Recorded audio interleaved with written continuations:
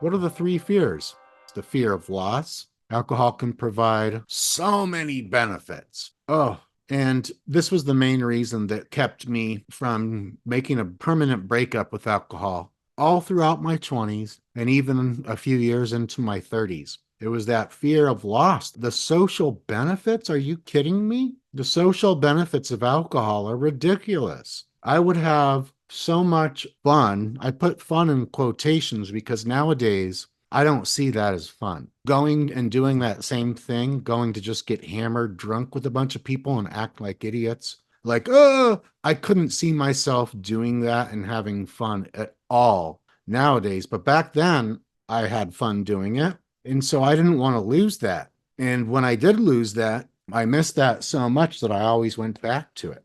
So alcohol can provide anti-anxiety benefits, anti-physical pain benefits, anti-emotional pain benefits, social lubrication benefits if you're uncomfortable at a social setting. It can give you euphoria. It can help you forget about the past. It can help you forget about the future. It can help you forget about the present. It can help you forget your name if you want. Depending on the type of alcohol and the dosage and the setting and whether you have any food in your belly, there's a lot of possibilities with this thing. Let's be totally clear here. Alcohol has a lot more applications than most hard drugs do, than all hard drugs do, all other hard drugs do, because it's one that is enmeshed. It's interwoven in our cultural web. The figurative backdrop of our society, at least in the West, is big alcohol and all the conditioning and marketing that they've successfully done. That can be a huge loss at first. At first, it can be a big, eventually, people, hopefully, if they do enough personal growth, they see that that's just materialism, that's just low consciousness or untrained mind conditioning. Then there's the fear of the process. So, well, I guess fear of loss is fear of losing the benefits, losing the benefits of alcohol. And this can come with anything too. So, any goal that you have, if you're not achieving it, if you're not, or any challenge, if you're not overcoming it, always be looking into if you're afraid of potentially, what am I afraid of losing? Is there any fear of the process here? Is there any fear of the outcome? Because a lot of times these are unconscious, but through journaling, through self inquiry, through meditation, through contemplation.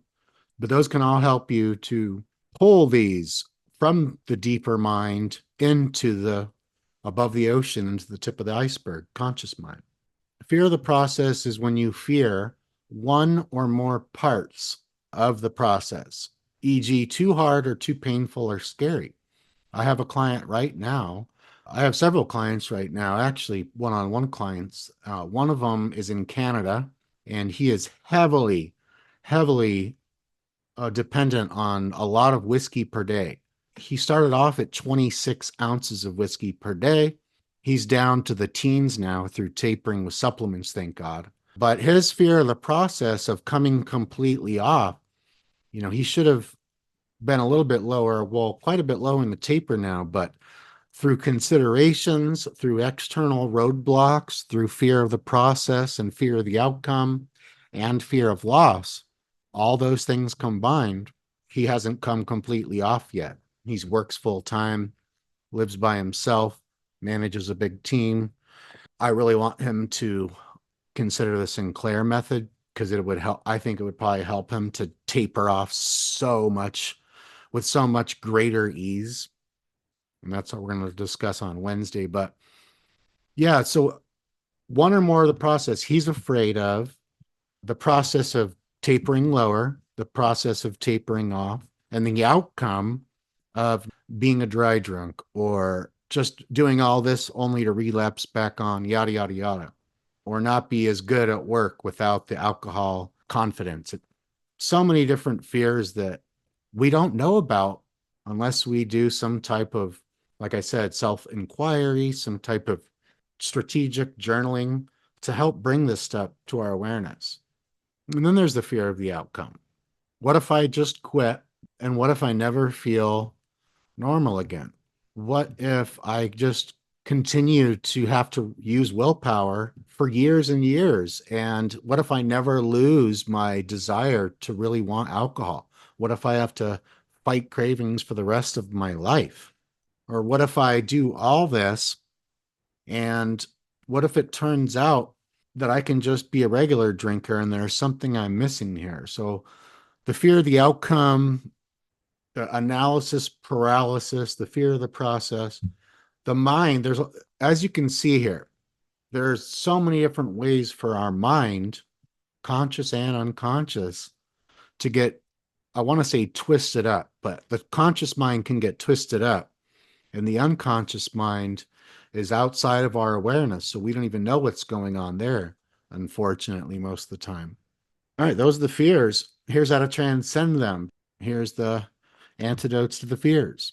Transcend the fear of loss. You can switch the polarity. You can, instead of focusing on what you'll lose by either quitting alcohol or continuing to be alcohol free, what you'll gain. All the stuff that you gain health, gain money, gain more personal growth, more ability to help others. You gain so many more healthy days because you never have to deal with alcohol again, messing up your system and being sick from it and having the detox from it.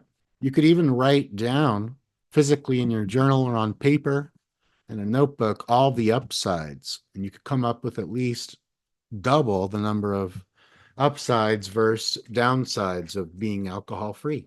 You can transcend the fear of the process by thinking about these things. Number one, will it kill you? Number two, what is the worst thing that could happen? Think about the worst possible thing. And then will attempting it make you stronger and wiser, even if you don't succeed right away? And then you could think about, as you're on your deathbed, what will you regret most in life? And then you could transcend the fear of the outcome. Also, transcending the fear of the process, visualization can work a lot.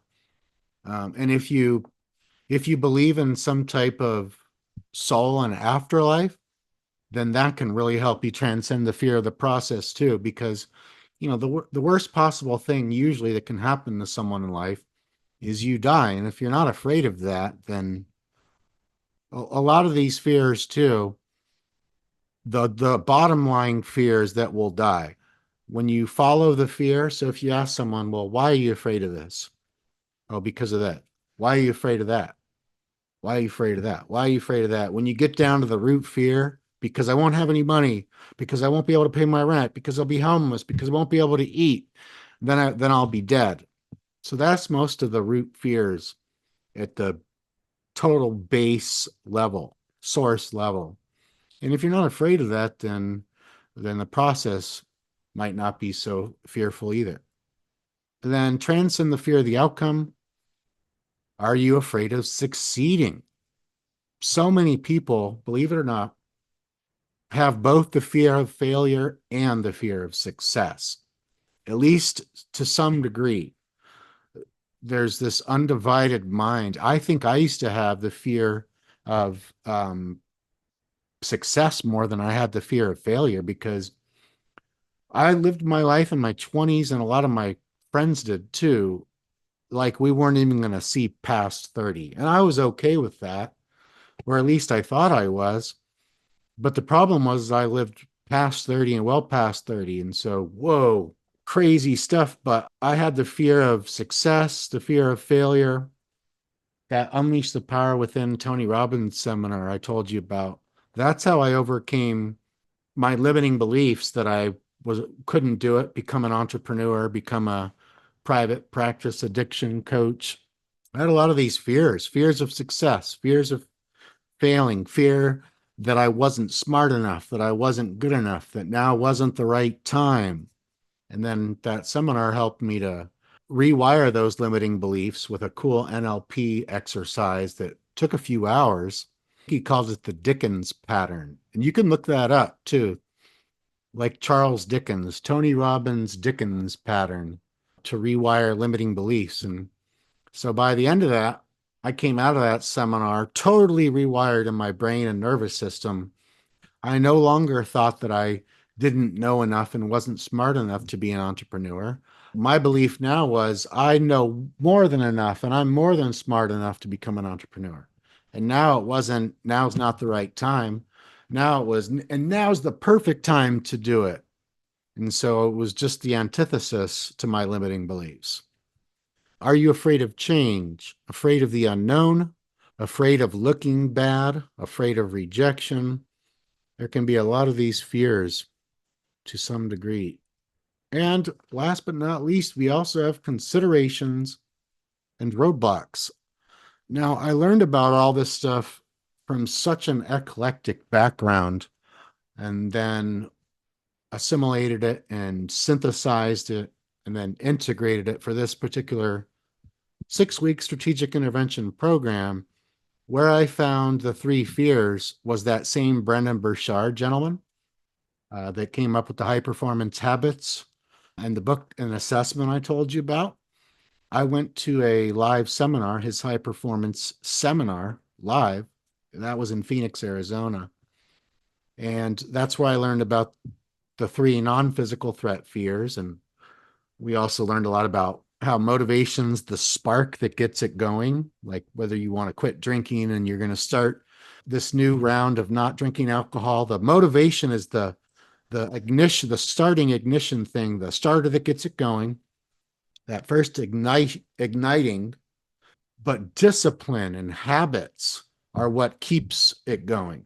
Learned a lot of cool stuff there, but where I learned about considerations and roadblocks was Jack Canfield in his book, The Success Principles, How to Get from Where You Are to Where You Want to Be. That's one of the best books on success you could ever read. It's huge, thick, and the Audible's great. I have the physical book and the Audible. Really, really good. If you haven't read that or listened to it yet, you might want to check it out.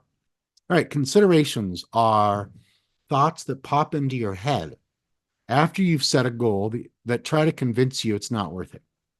So let's say you say you're going to start training to run a marathon, or you're going to quit drinking alcohol. Oh, well, maybe next weekend. I have a wedding coming up in a week. And then after that, my college buddies are going to be in town. So that's when I'll go quit drinking completely. That would be a consideration example. Or it could be a rationalization. Let's say my client in Canada. A consideration could be, well, I was supposed to taper off, let's say in the future. He was planning on tapering off one weekend, but then he rationalized it that it would be better to do it the next weekend. And that came up afterwards when he was already sure the upcoming weekend was better to do it. Afterwards, his mind, it wasn't a fear or anything, but it's just a consideration that came up that tries to talk him out of it in some way or in multiple ways, even. The same considerations probably repeat in your mind, and then new ones can develop in different states you experience, different mood states, biochemical, physiology states you're in. Let's say somebody, when they're drinking and they have a few drinks in their system, okay, tomorrow I'm quitting. But then tomorrow comes and there's no drinks in their system and they're going through a little bit of withdrawal. And then the considerations come in. Oh, I think I'm going to drink today again, and then I'll quit tomorrow. Bring forth all the considerations from the SC, subconscious, through journaling and confront them with logic and compassion. Finally, we get to the roadblocks. These are all the external obstacles. Everything else is in your head. These are external. Fears and considerations are mental. And roadblocks are all the external circumstances that get in the way. Challenging factors that are numerous on the path to success or alcohol freedom recovery. And they are outer versus inner obstacles. You can't control these typically, but you can control what you think, say, and do as a result of these occurring.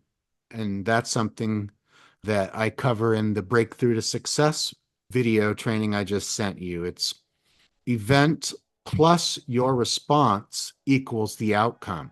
E plus R equals O. I learned that in the Jack Canfield seminar, Breakthrough to Success.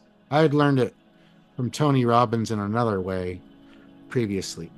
Roadblocks are unpredictable. Sometimes you experience them constantly. Other times they're gone or almost non-existent. You've heard that phrase probably. They come in threes, as bad things or negative. These roadblocks come in threes. They come in threes. Well, sometimes they come in threes. Sometimes they come in tens. They can come suddenly or they can build up gradually. They can be big, medium, or small. You can have a combination of one of each or multiple. The only thing that's guaranteed is that you will experience roadblocks in life, and especially while attempting to achieve meaningful goals.